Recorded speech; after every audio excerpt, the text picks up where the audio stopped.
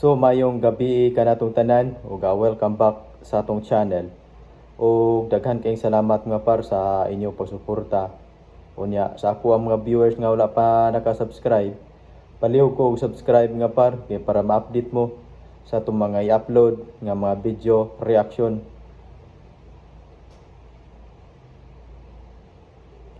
So karon mga par kaning pag-investigar sa maloso nga flood control project kay lahi kayo direksyon mga par.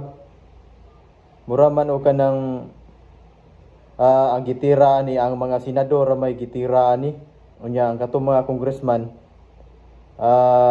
dili man sila makapatawag. Ug ilabi na gyud si Saldico o si Martin Romualdez, dili ka patawag si Soto o si Lacson. Unya akong nabantayan na ba ni mga par mura ka ng dili baka ni teknik nila nga kabantay mo nga ang mga senador mao ilang gipuntarya. Unya ang mga congressman nga gipang-mention nga si Saldico o si Martin Romualdez mura ka ng dili kayo sila interesado, pero arita sa senador mura ka ng interesado kayo sila. Dili baka ni teknik nila nga kanang pero duda ko mga par nga ang kaning mga senador nga nagpasuporta ni Duterte ni Sara nga plano siguro nila nga ilaning piangan ang mga senador. Kaya ngano kay base og kani si Sara ilaning i-impeach si Sara ika February kay mo 1 year naman gikan sa ilang pagpasaka ni og impeachment ni Sara.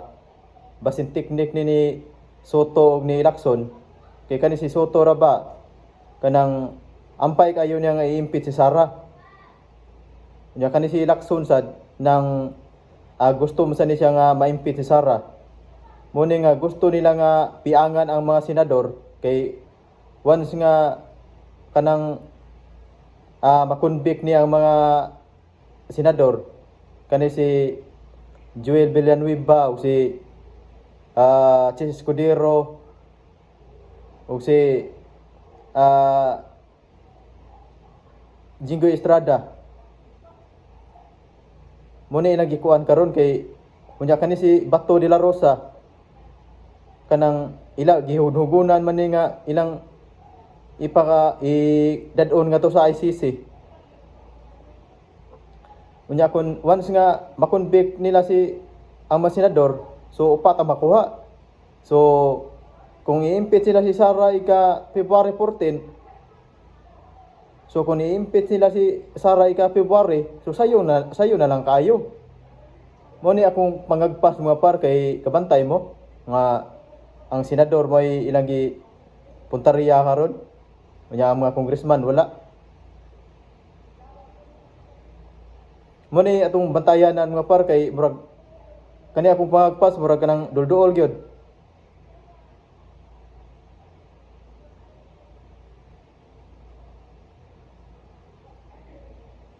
Kay murag lahi man gud ang direksyon sa ilang pag-investigar. Unya pila ra pagdagan sa buwan mga par. Mo Disyembre na, humas Disyembre, January to February. So pasaka na po sila balik og impeachment. Unya once nga si Bato de la Rosa ila ni nang kuan turnover nga to sa ICC. Si Tatay Digong gani nga former president ng Gianor mga nila unsa pa si De La Rosa. Unya kaning tulo ka senador posible man ni nga makonvicted ni kun ilaning pasakaano kaso kay mangita am nila pagi. Kiba biyata sa administrasyon karon nga dili na moagi og due process. Bantay mo pagdakop nila ni Duterte, yagi ba og due process di ba wala?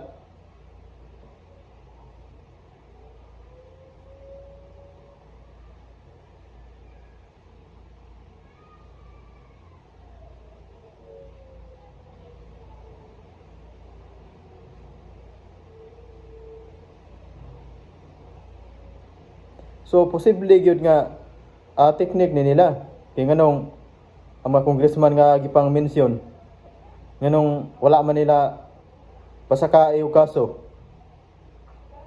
Dili ka nila kapatawag.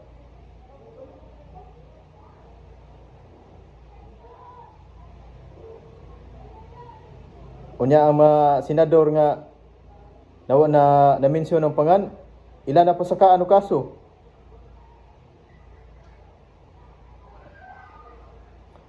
Kaning kasuha gani kaning maluso sa flood control o kinsa tong angay maligsan ligsan dili kay lihayan o kinsa tong angayan nga kasuhan dili kay magpili-pili, dili kay magpamulitika.